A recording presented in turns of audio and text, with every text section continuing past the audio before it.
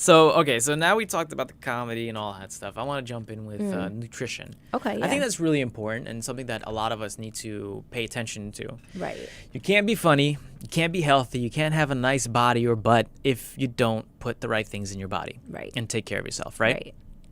So, I want to know like how you started to get into that. What are some tips that you can give us, especially millennials like us or people like us, like who just don't have the time. I rarely have the time to eat right. Okay. Sometimes I skip on breakfast.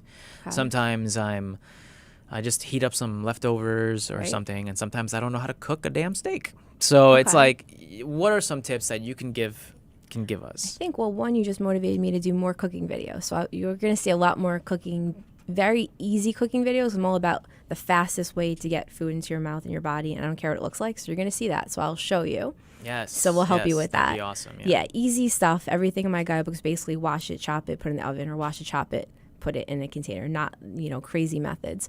So a quick rule of thumb, and I think a lot of people know this, is basically you want to eat close to nature. Mm-hmm. You want to have food that's generally not dehydrated in its natural state. It's hydrated, right? So what do you mean when you say that? So it's not only drinking water that hydrates you and also conducts energy, because we conduct energy. And if you want to have more energy, think of electricity.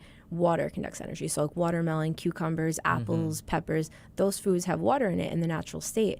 Once we dehydrate it, it becomes different. Or once we cook it at high temperatures over 118, we chemically alter the substance, and possibly we make it something that our bodies don't recognize as much. We start to denature fats and become unrecognizable fats or low quality fats. So basically, you don't want to cook things to death and you want to focus on the majority of your diet, like 70-80% being raw or lightly cooked fruits, vegetables, nuts, and seeds. Now that can sound boring, but if you go to Asian restaurants or Indian, they have a lot of vegetables, and you can get these things with nice sauces and spices. So for me, it's all about the spices and the sauces and finding really good combinations. And that's my guidebook. It's putting together things easily and simply, and focus on those things. Not, stay away from, look at the boxes and the claims, ignore them.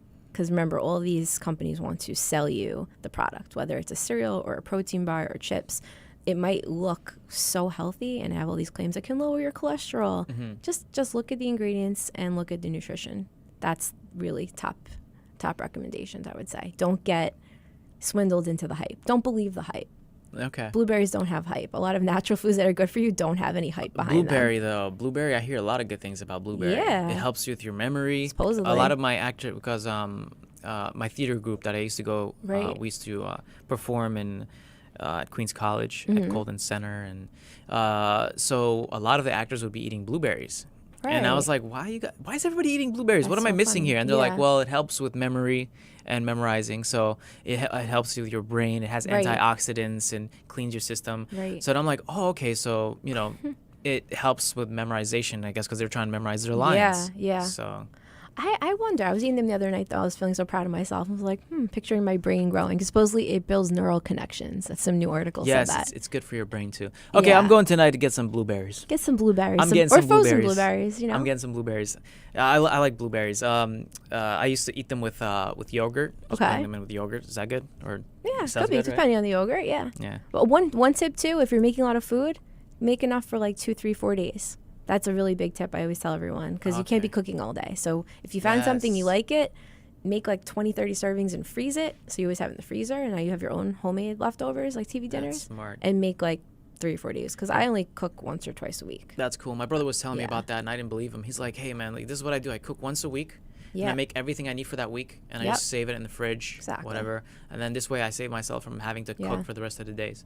That is genius. I didn't know my brother was that smart. You gotta meet your brother. Or wash all your fruit and vegetables like in a big bowl. You just put everything in a big bowl, baking soda or vinegar, scrub it. That's it. You're done for the week. So now it's done. I hate doing dishes. I hate it so much. Yeah, that's why I'll put on a podcast or something, and I put on something to listen to, and then bam. I literally pay my mom to come over and do my dishes. Well, there you go. I'm like, Mom, just do it. I'll give you whatever you want. And then tell her it's April Fool's. Just kidding. Just kidding. We're going to take your check back. Yeah. So that's really cool. So what about organic? Because there's like this whole organic hype that now is starting out.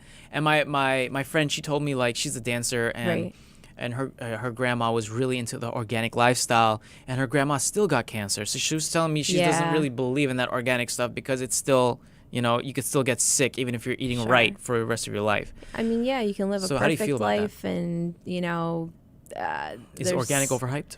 Is it overhyped?